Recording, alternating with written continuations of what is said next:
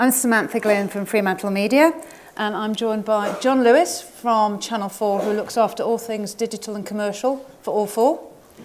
And then there's Selma from Little Dot Studios, who is a producer of short-form content on lots of digital platforms that gets millions of views on a daily basis. We've got Brendan Keenan here from BuzzFeed, and he looks after brand partnerships across the BuzzFeed suite of products.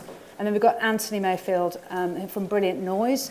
Brilliant Noise are a marketing consultancy who work with brands to help them deliver content and new solutions, operationally and technically, correct? Mm-hmm. Okay, well, thank you. We're going to start with branded content. There's so many different definitions of what branded content is. So, very briefly, how did you find branded content in the digital universe, John? From our perspective, it's basically where a piece of content's created or made because it's come about because the brands ultimately wanted to fund it. So we're not necessarily in the sort of space of creating digital content and then going out and getting it, so I say, sponsored. It definitely comes as a brief from an agency or a client, and then we work on that brief and develop that content. Selma?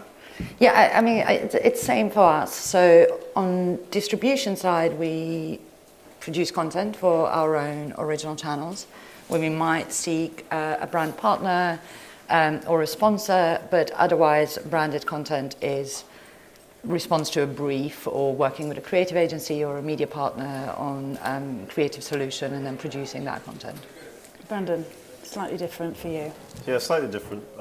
I mean, we do work on briefs and response and work with brands and agencies, but we also create, I mean, BuzzFeed's a brand and creates BuzzFeed content and oftentimes allows partners to join some of that conversation and be part of that content as well. So it's more of a joint collaborative effort on branded content. And Anthony, you've got more of an overview from the outsider's perspective. You're not actually making content. What do you class as branded content? Sorry, yeah, we do make some content, but what we're often answering briefs, but as writing briefs for clients as well. And where we start tends to be with the customer rather than the content. So we define branded content as experiences and information wherever the customer is. So that's how we start our briefs. So branded content could be a 15-second pre-roll. It could be a 2-hour feature-length film. Mm-hmm. All of the above and everything in between. Yeah. Yeah. It's quite a challenge then, isn't it? Brands, when they're creating branded content, where are they putting that content in the digital universe? Are they putting it on owned and operated platforms like All 4? Are they putting it on YouTube, BuzzFeed, any amount of social platforms? And how do they control how audiences are seeing that content? And how are you controlling your IP around that content? 10 questions in one. Wow. So first of all, brands, where are they putting their content and what are the pros and cons? And, you know, traditionally we've seen AFPs going onto TV, but as the digital universe has opened up, there's been so many different options for brands.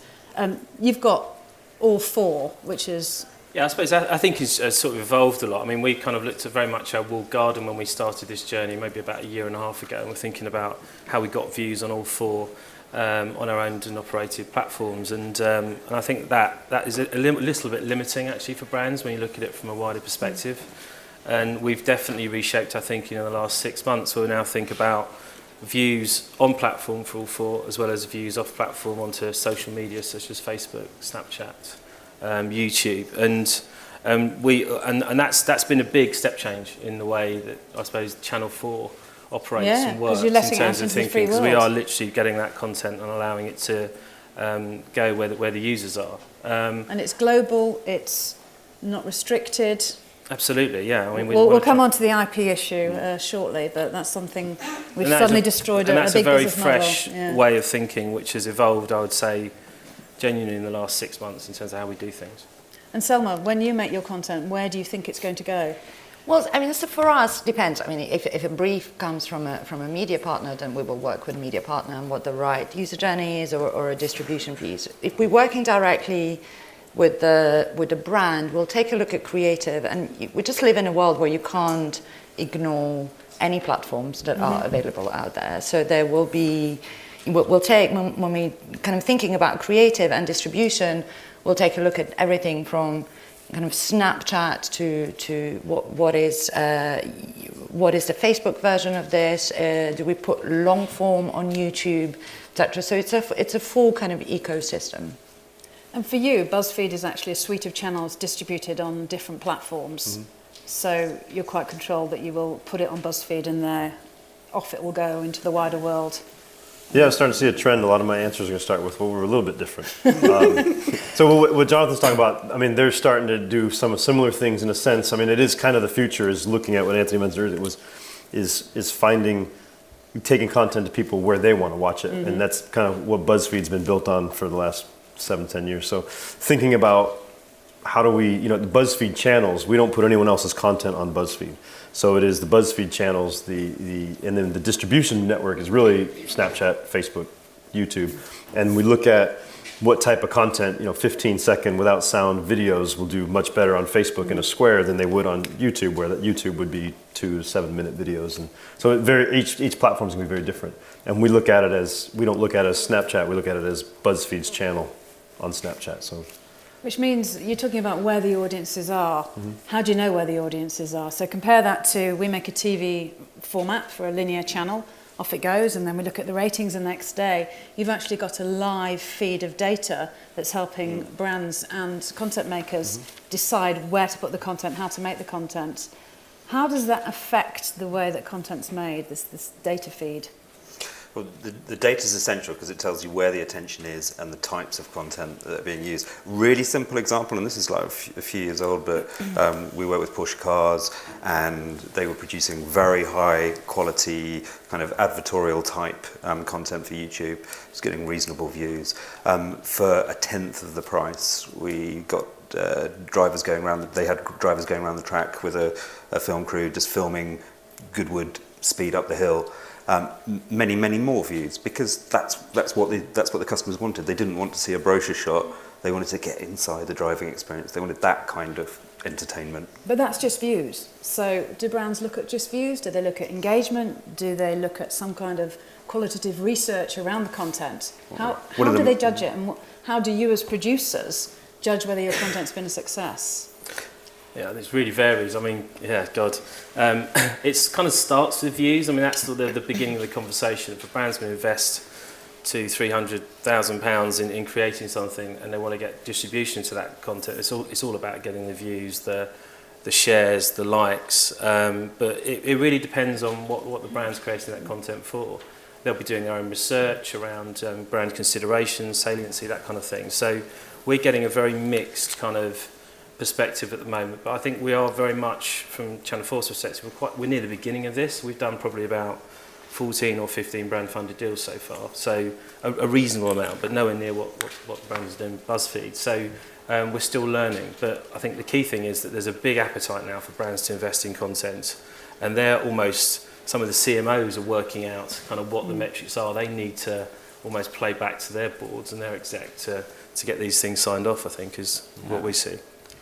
I think that's what a digital landscape has changed completely, and a platform started putting these messages out that brands are becoming content. Right? So we had a bit of a gold rush 4 years ago where everyone needed a YouTube channel in the same way everyone needed a website in 1996. Why? Because everyone else had it, so you wanted to have one.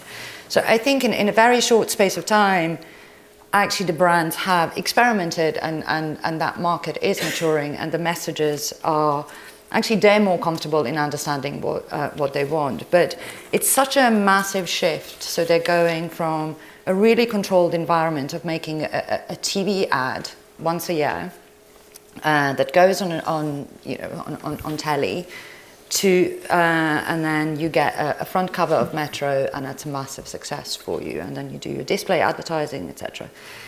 Now you're going into a world where you might be producing 48 pieces of content, and you still don't understand. You have conflicting KPIs, the metrics are completely different. So we're definitely going through a transition, but the bottom line is that brands need to sell product at the end of the day. So even Red Bull, which is now a massive media house, at the end of the day, it's all about selling that energy drink. So the way, what matters to them is a combination of engagement and views and binge effect that hopefully all leads to, you know, kind of retaining customer and getting a new customer to buy a product. And of course, great content.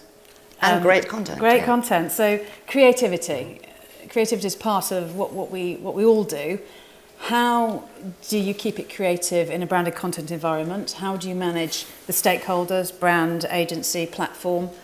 How do you produce something that doesn't just feel like a long form ad and stands alone as a piece of content?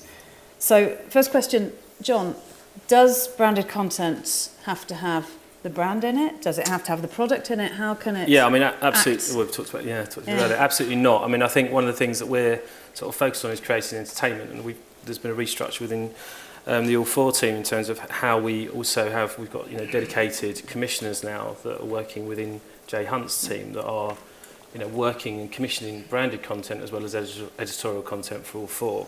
So there's that kind of like filter that is really, really important, that we're creating great entertainment and also getting access to great talent, which is the other key thing, which is I think one of the reasons why we've been successful in this area. And actually, of all I think we'll do probably 20 by the end of the year. I'd say of those 20, I reckon there's probably 2 series that have actual brand in the content. So we are creating content that brands want to be associated with, which taps into the psyche of that brand, as opposed to it being plastered with Coca-Cola cans, whatever it might be. We very much put that at arm's length. Is this my chance to? It is. Go ahead, please. So a good example is something we did actually. One of our first pieces of content we did with Guy Martin, which was a series called Passions for Life, and it came off the back of what Guy did for us about 2 years ago, year and a half ago, with his Speed series, and Alfa Romeo.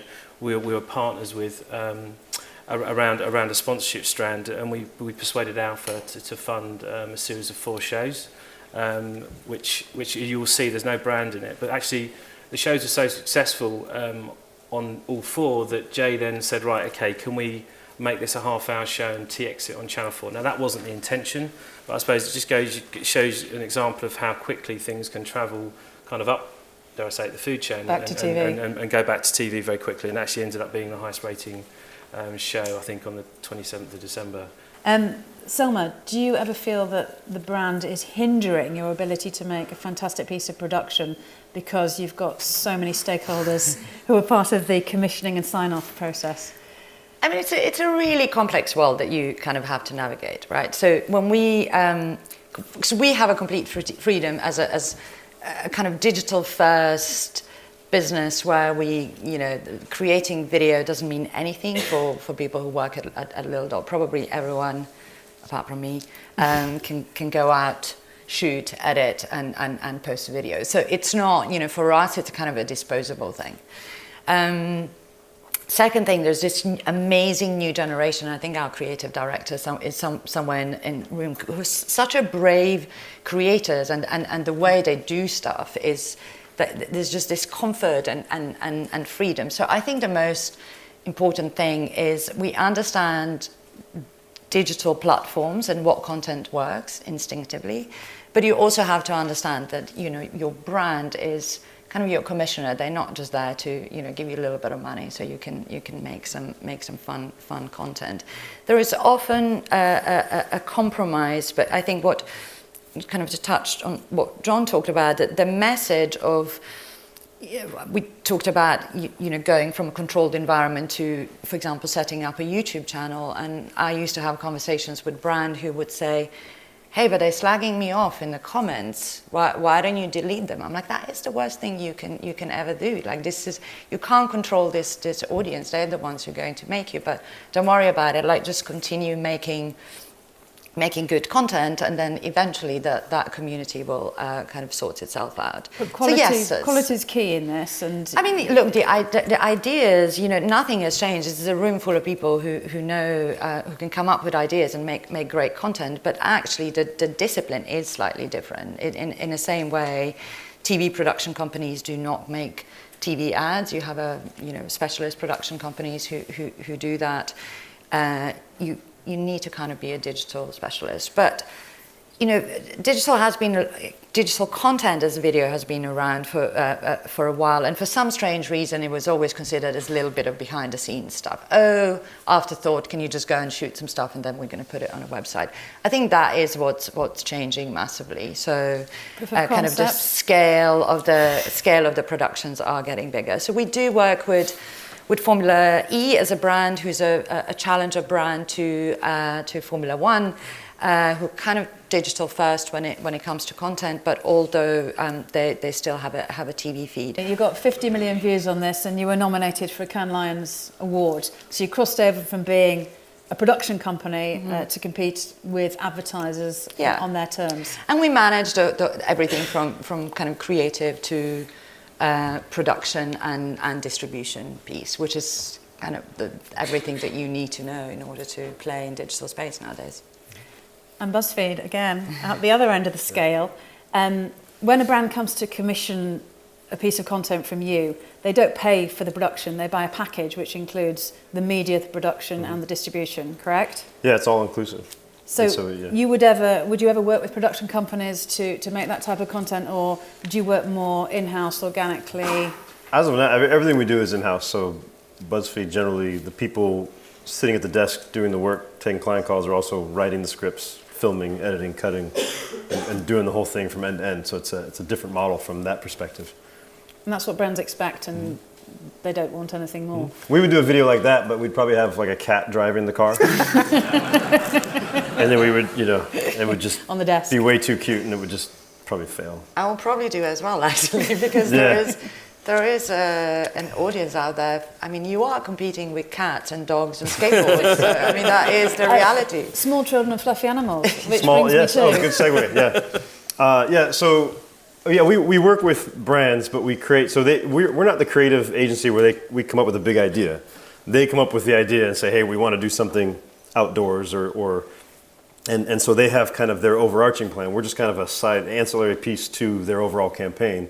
And to create a BuzzFeed video is something to say, hey, we want to be able to talk to your audience, and it's also part of the conversation. Everything we do is very on the positive end of things, which we really don't do anything negative. But that turned into a deeper issue. So it's kind of the conversation part of that was really interesting because it's part of the SCOTA campaign, and they get everyone outdoors. And we're already at, I think in week 1 or week 2, we're at 20,000 plus comments. I haven't checked lately, but it's more. And the comments get all about technology and kids and this debate of, people saying, well, this is crap, technology's not changing the world. And then parents coming in saying, actually, it's a big problem. And it's actually turned into a really deep social debate on a really cute concept. So things we know BuzzFeed for is cats and dog stuff, but we actually use a lot of cute things and make you laugh, but also make you think. And it's kind of a different mindset, I think. It's a huge engagement for the brand. Huge engagement. I mean, that's been just a week, maybe 2 weeks, and I think it's already 7 to 8 million views, and it's 20,000 plus engagements, comments. It's out of control. So it's been a lot of fun. Lucky them. I often get people within Fremantle Media, the producers, coming to me and saying, "How do we do branded content? I've got this really good idea. It'd be great for Coke." Or, "How many briefs have you got in? Can we turn this into content?" How is the best way to manage that process? Do you start with the platform? Do you start with an idea you've already got that you feel you can take to a brand? Or do you wait for a brief to come in from an agency and then interpret that? John, from your point of view.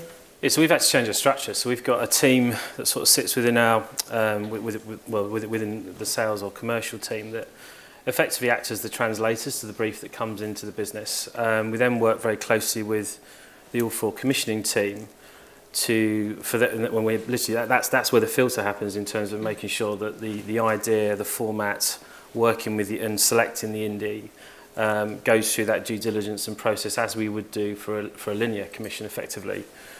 So we kind of, I suppose, created some kind of hybrid model within Channel 4 that I think is now fit for purpose. And what we do is also, when we project manage the hell out of it. So, managing the multiple stakeholders, such as the client, the media agency, who will always get involved and want a piece of the action, as you know, is no mean feat. And I think we're getting much better upfront at managing expectations with every one of the stakeholders. And one of the other things is also working with indies that understand understand that process with clients, is kind of sort of what Selma says, because there is another stakeholder now in the room that ultimately is funding the content and really wants to get something out of it, but also they need to recognise their position within the mix.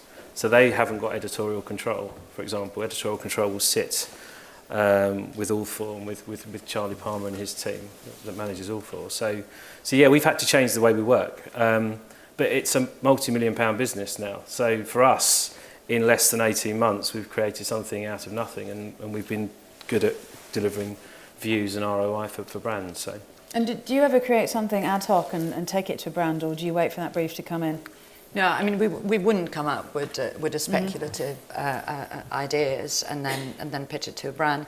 I mean, if you do have, for example, Damien Walters, who featured in Formula E video, we've been working with him for about 3 years. So that's a talent-led piece, and it took 3 years to, kind of create enough of an understanding of what he can do, that if we do have a relationship, we might match him with a brand. But so that's using your talent. But we wouldn't speculatively develop stuff. But again, Brandon. So, I mean, in both ways. So we're doing, briefs come in like this was not, we didn't take this to Skoda and say, hey, we want to take this outdoors. That was their big idea. We have, I think, 7 to 10 billion content views a month globally. So it's views, not production. And so we're able, and a big piece is testing and learning to see what's working globally. So we can see small things. We had a girl that wrote the Sad Cat Diaries in New York, and she was an employee just writing part of her blog, and 20 million people liked it and enjoyed it and loved watching her cat. And we took this to Nestle and said, hey, we have an audience that loves this, and now have created the Dear Kitten series, around its 7th or 8th or maybe 13th, I don't know how many, but it's quite a bit. It's quite a series for Nestle on Dear Kitten. Now we've done Puppyhood. So it started with the data. It started with a thought. And same thing with the Try Guys. If anyone knows the Try Guys, are more of a US based, but they're just the luckiest BuzzFeed employees ever. They just get to try stuff on tape, on film. But that spawned out of another piece of data that said people love watching people try stuff on TV. Australians like trying American food. And then Americans like trying Australians' food. Apparently everyone thinks everyone's food is disgusting. But processed cheese has its benefits, I promise.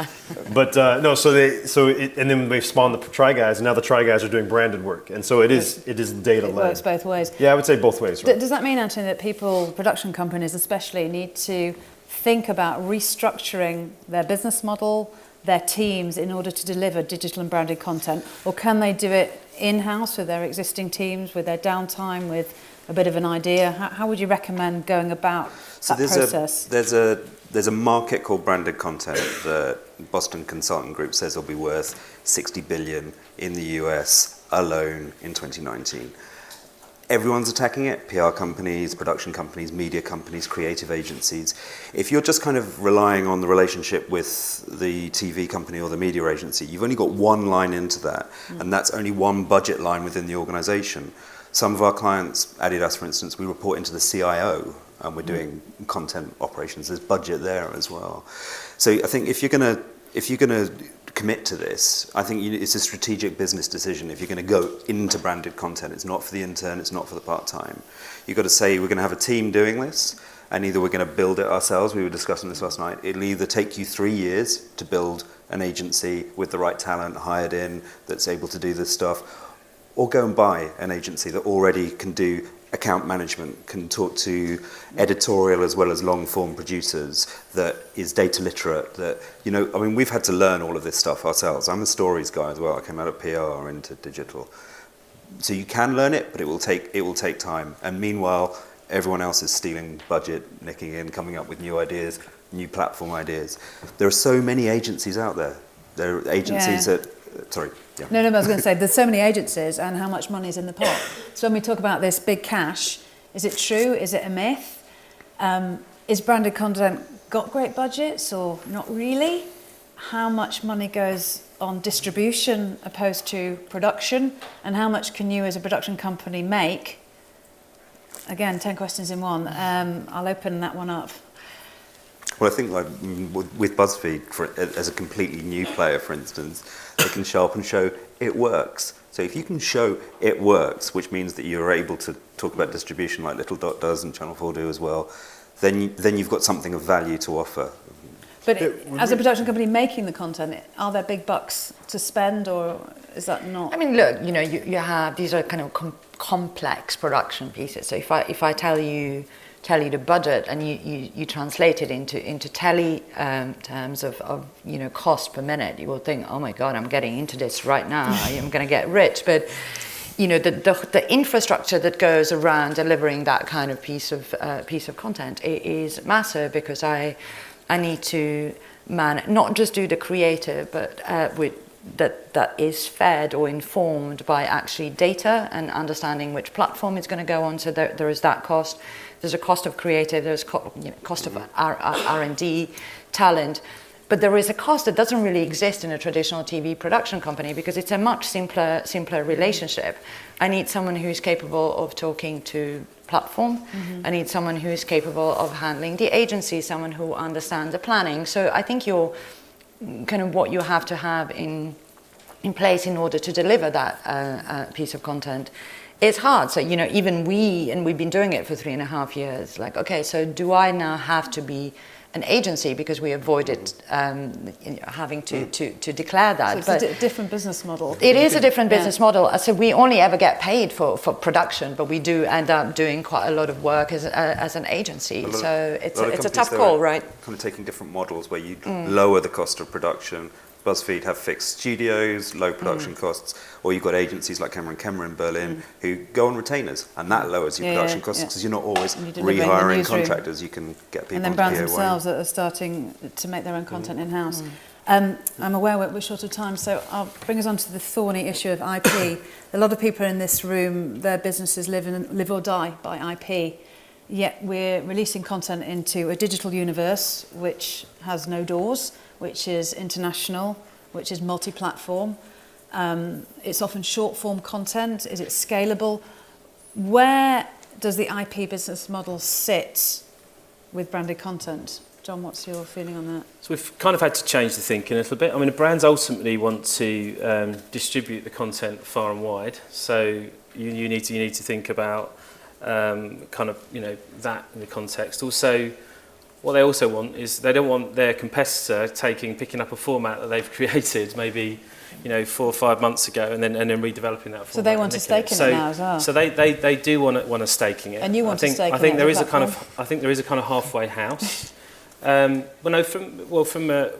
we're trying to do is kind of sort of act as guardians of this conversation, really. So there is a halfway house, and I suppose we're evolving the model, and we're working with production companies now where the tariff or the investment in production might be higher, but the IP conversation might be stretched or changed to basically satisfy this brand requirement. And you know, this is sort of picking up on the investment piece. These are significant investments now. I mean, we had our first £1 million digital commission probably about 6 months ago, which is like, you know, that would be the kind of sort of size of commission that we'd have for production commission or production plus media. Production commission. Production only. And that would be the sort of size of commission that we might have for a daytime format with Waitrose or Sainsbury's, which we produced in the last 1.5 to 2 years. So the investment is there. I'm not saying this is suddenly the next big thing, but I would say the age of advertiser-funded programming on linear has evolved, and it's always been quite tricky. We've talked in the past about, you know, is it the next big thing? I genuinely think now the digital investment for brands is actually emerging and is quite powerful because of all the things we've talked about. But the IP model needs to evolve accordingly. Thank you, guys. We've got a little bit of time for questions. Are there any questions out there?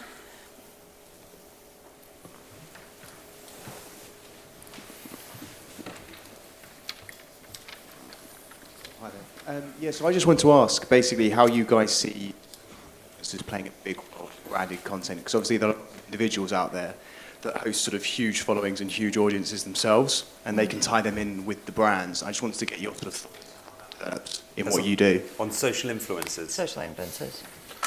I mean, I can pick that up. We do work with social influencers quite a lot, not in a kind of influencer outreach. Look, if you're a beauty brand and you have campaign-led kind of needs. These guys are your new shopping channels. So they are really effective at what they do, and there's a really hard data. So if I want to sell a lipstick, it's quite easy for me to compare paying a social influencer who has a beauty channel with engaged audience that I am after, and overused word, but it is authentic, versus taking an ad out in Vogue versus sponsoring a lifestyle show on TLC. But I think that is, I don't think that works as a content strategy, because these are sort of one-off things that you can do, but there will always be a space for it. It's really quick and easy, and you get quick returns. If you're a brand that wants to own an idea and own your own content, then and have a control, then you can work with social influencers. They're really important for reaching audiences on digital platforms, but then we would engage them just as any other on-screen talent. I hope that answers. I just add to that I think sometimes the definition of influencers gets limited to kind of YouTube stars. A lot of brands have success working with influencers through Twitter, through other channels, who are just cool organizations, not necessarily superstars, but those kind of mid-sized niche. Yeah, creators as well. Exactly. So we work with quite a few creators who are actually filmmakers, and we're trying to figure out how do we enable these people to do bigger stuff, but they're not kind of your vlogger or blogger types. Or we just hire people with really nice hands to do proper tasting. So all you see is hands cooking. They're not actual chefs. So we don't use influencers as chefs. We just use people that work at BuzzFeed to cook things and film it. And so basically, lots you need of to you have have nice made hands stuff off to Tasty. work at BuzzFeed. So you nice hands. Yeah. Well, I don't even think that nice. They're just his hands. But he cooks, and I'm sure there's people in there that's cooked dishes from Tasty and proper Tasty, and it's. So there's no influence for that. From clients who've invested in influencers where they have audiences that are relevant, they've found that the reach isn't guaranteed either. Like the branded content that goes into those, so it needs to be backed by paid. So it actually becomes kind of an advert featuring an influencer. I think it's time for one more question. Hi, Tim Whirlage from AMVB Video. We're an ad agency, so apologies in advance. There seems to be like two worlds colliding, really. So I was just in the talk 10 to 11 o'clock this morning, where we had lots of program makers talking about formats as brands, repeatedly using the word brand, programs as brands. And then in my world, you've got marketing directors who kind of consider themselves now publishers, editors, and kind of really wanting to get into the editorial game. How do we close the gap between the likes of Jay Hunt and my CMO on a brand who is trying to close that conversation? That's one for you, John. Well, I would say that the thinking has definitely evolved within Channel 4 in terms of this area. So, and I started picking up on what I was saying at the beginning, there's definitely been an evolution in structural change within Jay's team to support this branded content initiative, and it's a burgeoning business. I think equally what we've been more successful at is bringing in the creative agencies at the beginning of the conversation. We've done that very successfully now a couple of times, where bringing the creative agency in the conversation at the beginning of the idea actually amplifies that idea much bigger than we ever could have thought. So we did a series with Foster, Hell of a Tour, which was a big commission, and the creative agency was very much at the heart of that thinking, and actually Foster's changed the whole brand communication, what they're doing in the UK, the website, everything around that particular content piece. So, it is happening, and I've got a couple of examples, but there's a long way to go in this area, I think. I think that's all we've got time for now. Oh no, we've got 10 more minutes, have we? Oh great. We'll finish at past. Okay. Loads more questions, Diane. Hello, I'm interested in the notion of brands having editorial control. And in this multi-channel kind of digital universe that we live in, obviously brands are able to produce and own and distribute their own content. So I guess my question is probably slightly skewed to more to John, just about what role Ofcom might play in this universe? And is there a role? Yeah, absolutely. I mean, obviously, we're unique as a platform, as a broadcaster VOD platform, where we are completely controlled by the ATVOD, then as now is Ofcom code. So everything we do is absolutely fully Ofcom compliant, which I think is a good thing, which I think ensures that it basically keeps that distance away from the brand from an editorial perspective, and it works for us. I mean, assuming platforms like BuzzFeed and YouTube, it doesn't really matter what you sort of move into this kind of like advertorial space, and we're very much are not in that place. We're creating entertaining content that is fully compliant. So I hope that answers. Yeah, I mean, well, we will always the position that we sit in, we have to comply to that code. Now, that's not to say that we are also reformatting content for different platforms. Now, this is a new thing for us. So we're starting to reformat content for Facebook. We're looking at Snapchat, where obviously, subtitles, the length of the content is shorter, but the actual, the guts of it hasn't really changed or isn't really changing. I've got a question actually, which I want to ask all of you. In all of this, we're seeing the power of agencies, we're seeing the power of platforms, we're seeing the power of brands, we're seeing the power of production companies. Who ultimately is going to end up owning branded content, and who's going to make the most money from it? Brands. Yeah. On their own? Well, no, but the thing is that what is an agency? What's a production company? All of these things are up for grabs all of a sudden because there's this massive gap in the middle called branded content or just content, and everybody's trying to work out what it is. It's why we're talking about this now, but it's also why crazy things happen. Like if you look at the top 10 digital agencies in the UK, half of them are management consultants, like because they've bought into it. It's all up for grabs. But brands will win and customers will win, I think, in the end. And these content studios that brands are creating will be powerful. And well, you see, it's interesting that agencies are being created at the New York Times, the BBC, and well, no, not the BBC, you know what I mean. But and within brands as well. But then sometimes the agencies that the brands create, they don't like either. So it really is all up for grabs. It's not all going in-house, but the only certainty is that there's many more players in the games, and we don't know how it's going to shape up yet. And do you all agree that brands are going to own it eventually, or there'll be a hybrid? I personally think it's a partnership. I think this can only work if everyone's benefiting from it. Both producer, publisher, broadcaster, and the brand, and all working in concert with each other. That's when it really works, and that's what we're starting to see. But there's a long way to go, I think. Ours is a partnership as well. I mean, it's on BuzzFeed channel. It's produced by BuzzFeed. It's everything that we do. So all that IP stays with BuzzFeed, but the brand has full rights to do whatever they want with it if they want to distribute it or be part of it. So it's not. We don't really have a lot of ownership talks as far as that. I mean. And there's ways we can work things out, but it's usually created by us. We don't use independent producers or anybody else. So. And of course, my answer is going to be that it's content dependent, but it is. We live in a world of 400 hours of video being uploaded just to a single platform, which is YouTube. So it's not just about any content because obviously there are no barriers to entry. We can produce much more cost effectively, but how do you kind of cut through that noise as well? So it's a combination of content and partnership, I think. Hi there. There's been a number of different branded content sessions here at the Television Festival over the years, and they were all previously branded content, the next big thing, and it's all about broadcast. Isn't really the title of this, it's not about broadcast, it's all about digital, looking at the makeup of the panel and the lack of discussion about broadcast? Can I step in here?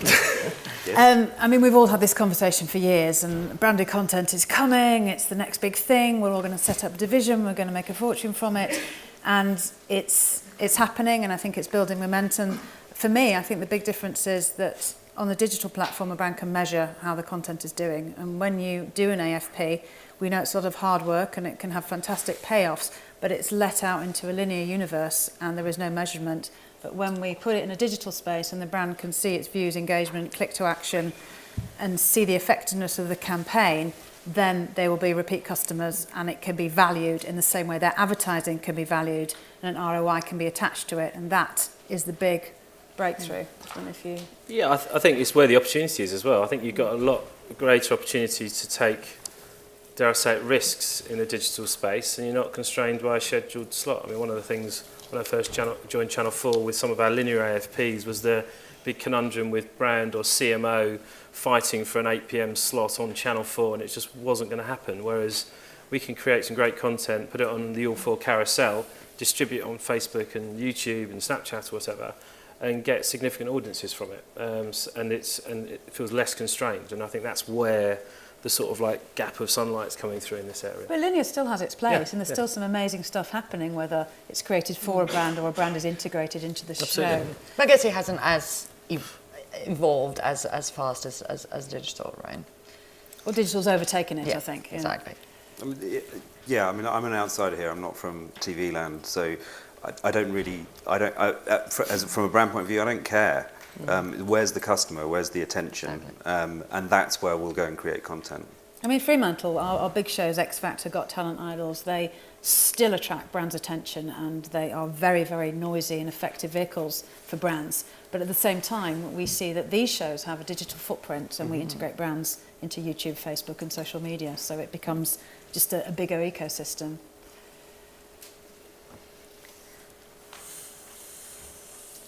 Hi, the title of the talk is Big Cash but Big Compromise, and we haven't really touched on what the compromises are. And it strikes me that when things are being funded by brands, there is definitely a risk that editorial integrity becomes compromised. And with YouTube and Snapchat generation kind of growing up with all of the content they consume being largely brand funded, are we going to reach a place where there is no editorial integrity and the brands have this kind of multinational conglomerate ownership of all content? No, I don't think so. You know, I think we're dealing, and this is why audience is so important, because they make that decision. They make what is going to be consumed and how. And we're probably dealing with the most entitled and sophisticated consumer of content ever. Right? So even if brands want to take over, or even if platforms want to take over, even if as a production company or creator wants to take over, there are just certain rules that you get your instantaneous feedback, so I will know that my stuff is not working. So I think kind of audience is going to become a guardian of that, and will prevent us from being in this world where it's just brand messaging. I mean, the conversations that we have most of the time is like, well, no, we'll create a different kind of content, which is great for product placement, which are how-to videos. But this is your big piece. Like, don't, let the message is the brand enabled for this piece of content that is so amazing that you want to share happen, rather than having brand plastered all over it. So we do quite a lot brought to you by or presented. I mean, just look at ad blockers for an example of what consumers will do to content that is over-branded. People don't like in-your-face interruptive advertising, and brands need to fight and work really, really hard to win and earn attention. And it can only really be earned. I mean, I was quite BuzzFeed when I'm advising clients, and I teach on a Google course about digital content as well, which is like sharing is distribution. You own the only signal of quality worth following is when someone shares something, and they don't share an ad because they feel beholden to Yeah, we compromise. We don't compromise at all. I read that as kind of is it expensive, but you have to compromise, I guess, in a sense, right? So we don't compromise at all with what the audience wants, and I think the theme is getting content in the way they want it, where they want it. Brands have to make we talk with brands all the time, and they have to make compromises all the time. And the compromise is, this is the BuzzFeed audience, and I think I say BuzzFeed, but I think it's pretty standard across the board. And this is an entertainment channel, like John said, entertainment first. You come to BuzzFeed because you enjoy it, not because we have great ads. And so you look at that and the brand needs to think, well, we have this big marketing team that spent all this money and all this time and talent, and we figured out this is our big message and this is the tone that we want to be. And we're like, well, that's not our tone. So if you want to reach this audience and talk to them in this way, then you have to compromise. And they do, and sometimes they don't. And we say, well, we'll do yours and ours, and we show you, and the performance always goes better when they make the compromise, and they generally come back and go, okay, tail between the legs, go, yeah, okay, let's do it that way. So the brands do have to compromise on some of those big, strict kind of MBA type marketing thoughts. Yeah, the amount of can you make the logo bigger that you get is probably inversely proportional to the sophistication of the brand marketer that you're dealing with. So, in summary, there might be some cash. It might not be big cash, but there's not that much compromise if you do it right. Thank you, everybody. The guys will be around there outside. Have you got any more questions? Questions?